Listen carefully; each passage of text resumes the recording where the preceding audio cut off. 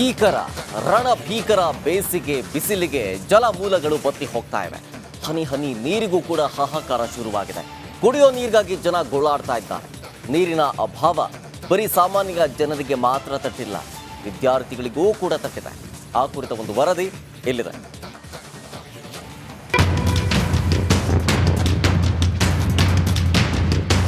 ಹೀಗೆ ಕೈಯಲ್ಲಿ ಬಾಟಲಿ ಹಿಡಿದು ಸಾಲಾಗಿ ಬರ್ತಿರೋ ವಿದ್ಯಾರ್ಥಿಗಳು. ಸರತಿ ಸಾಲಿನಲ್ಲಿ ಬಯಲಲ್ಲೇ ಮೂತ್ರ. ಬೋರ್ವೆಲ್ ಇದ್ರೂ ನೀರು ಮಾತ್ರ ಬರಂಗಿಲ್ಲ. ಯಾದಗಿರಿ ಜಿಲ್ಲೆ ಸುರಪುರ ತಾಲೂಕಿನ ಮಂಗಿಹಾಳ ಗ್ರಾಮ ಬರದ ಹೊಡೆತಕ್ಕೆ ಅಕ್ಷರಶಃ ತತ್ತರಿಸಿ ಹೋಗಿದೆ. 100ಕ್ಕೂ ಹೆಚ್ಚು ಮಕ್ಕಳಿರುವಂಥ ಈ ಸರ್ಕಾರಿ ಶಾಲೆ ಮೂಲ ಸೌಕರ್ಯಗಳಿಂದ ವಂಚಿತವಾಗಿದೆ. ಬೇಸಿಗೆಯಲ್ಲಿ ನೀರಿಲ್ಲದೆ ವಿದ್ಯಾರ್ಥಿಗಳು ಪರದಾಡ್ತಿದ್ದಾರೆ. ಒಂದು ವೇಳೆ ವಿದ್ಯಾರ್ಥಿಗಳು ಪುಸ್ತಕ ಮರೆತು ಬರ್ತಾರೆ, ಆದರೆ ನೀರಿನ ಬಾಟಲ್ ಬಿಂದಿಗೆ ನೀರು ಬಿಟ್ಟು ಬರಲ್ಲ. ಹನಿ ನೀರಿಗೂ ವಿದ್ಯಾರ್ಥಿಗಳು ನರಕಯಾತನೆ ಅನುಭವಿಸುತ್ತಿದ್ದಾರೆ. ಈ ಶಾಲೆಯಾಗ ಶೌಚಾಲಯ ಇಲ್ಲ, ಕುಡಿಯೋಕೆ ನೀರಿಲ್ಲ, ಬಹಳಷ್ಟು ಸಮಸ್ಯೆ ಆದ್ರಿ. ಕುಡಿಯೋ ನೀರಿನಿಂದ ಹೊರಗಡೆ ಶೌಚಾಲಯಕ್ಕೆ ಹೋಗಿ ಊರು ಹೊರಗಡೆ ಸುಮಾರು 100 ಫುಟ್ 1 ಕಿಲೋಮೀಟ್ರ್ ತನಕ ಶೌಚಾಲಯ ಮಾಡಿ ಬರ್ತಾವ್ರಿ ಹುಡುಗರು.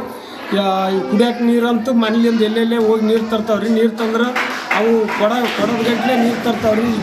ಅವ್ರವರು ಬಾಟ್ಲಿ ತುಂಬ್ಕೊಂಬರ್ತಾರೆ, ಅವ್ರು ಕ್ಲಾಸ್ನಾಗ ಇಟ್ಕೊಂಡು ಕುಂದಿರ್ತಾರೆ.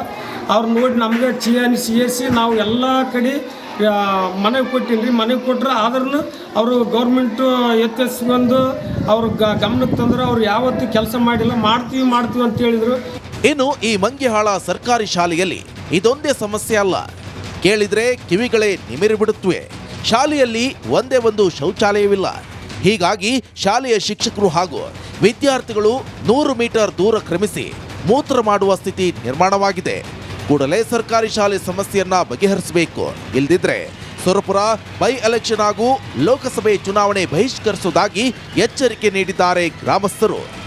ಒಂದು ಉದ್ಧಾರ ಮಾಡಬೇಕು ಮಕ್ಕಳು ಅಂತೇಳಿ ನಮ್ಮ ಮಕ್ಕಳು ಇಲ್ಲಿ ಅಡ್ಮಿಷನ್ ಮಾಡಿದರೆ ಇಲ್ಲಿ ಸೌಕರ್ಯ ಇರಲಾದ ಕಾರಣಕ್ಕಾಗಿ ಕೆಲವೊಬ್ಬರು ತಂದೆ ತಾಯಿದಾರು ತಮ್ಮ ತವ್ರ ಮನೆಗೆ ಮತ್ತು ತಾಯಿ ತವ್ರ ಮನೆಗೆ ಹೋಗಿ ಅಡ್ಮಿಷನ್ ಮಾಡಿಸಿ ನಾವು ಅಲ್ಲಿ ಕಲಿಸ್ತೀವಿ. ಇಲ್ಲಿ ಏನು ಸೌಕರ್ಯದ ಭಾಳ ತೊಂದರೆ ಅದ. ಮತ್ತು ಶೌಚಾಲಯಕ್ಕೆ ಹೋಗ್ಬೇಕಂತಂದ್ರೆ ನೀರು ತೊಗೊಂಡು ಹೋಗ್ಬೇಕು, ಮನೆಯಿಂದ ಮಕ್ಕಳು ನೀರು ತೊಗೊಂಡು ಹೋಗ್ಬೇಕು. ಇಲ್ಲಿ ಏನೈತೆ ಅಂತ ಹೇಳ್ಬಿಟ್ಟು ಬೇರೆ ಕಡೆಗೆ ಅಡ್ಮಿಷನ್ ಮಾಡ್ತಾ ಇದ್ದಾರೆ.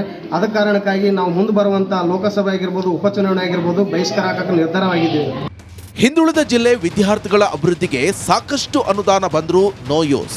ಅಧಿಕಾರಿಗಳ ದಿವ್ಯ ನಿರ್ಲಕ್ಷ್ಯಕ್ಕೆ ವಿದ್ಯಾರ್ಥಿಗಳು ನಿತ್ಯ ನರಕಯಾತನೆ ಅನುಭವಿಸುವಂತಾಗಿದೆ. ನಾಗರಾಜ ಮಗದುಮ್ಮ, ರಿಪಬ್ಲಿಕ್ ಕನ್ನಡ, ಯಾದಗಿರಿ.